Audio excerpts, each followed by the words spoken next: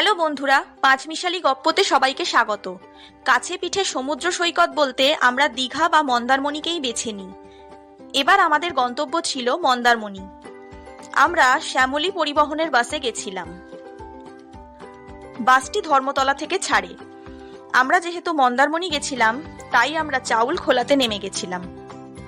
সেখান থেকে একটি প্রাইভেট কার নিয়ে আমরা আমাদের রিসর্টটিতে পৌঁছাই।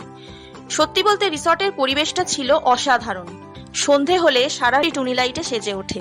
সাইডে একটা গার্ডেন মতো করা আছে, যেখানে তুমি তোমার ফ্যামিলি বা তোমার প্রিয় মানুষটিকে পাশে নিয়ে চা আর সাথে স্ন্যাক্স খেতে খেতে সারা সন্ধেটা কাটিয়ে দিতে পারবে।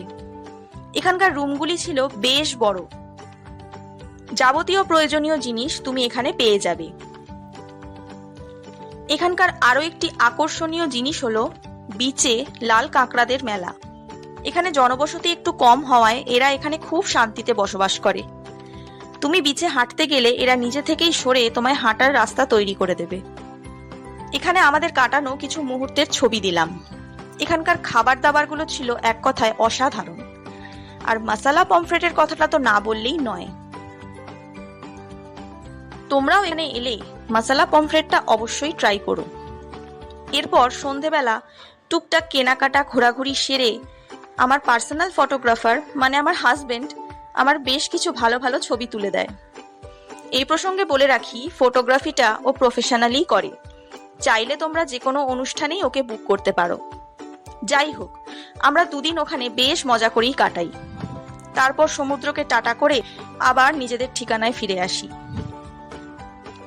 তোমরাও যদি তোমাদের ফ্যামিলি নিয়ে দুদিনের জন্য এখানে কাটিয়ে আসতে চাও, তাহলে রিসর্টের ডিটেলস জানতে ঝটপট কমেন্ট বক্সে কমেন্ট করো। ভিডিওটি ভালো লাগলে অবশ্যই লাইক করো। যারা এখনো সাবস্ক্রাইব করোনি তারা প্লিজ চ্যানেলটিকে সাবস্ক্রাইব করে দিও। সকলে আমার পাশে থেকো। সকলে ভালো থেকো, সুস্থ থেকো। আজ ভিডিওটি এই পর্যন্তই। এরপর দেখা হবে নেক্সট কোনো ভিডিওতে। টাটা।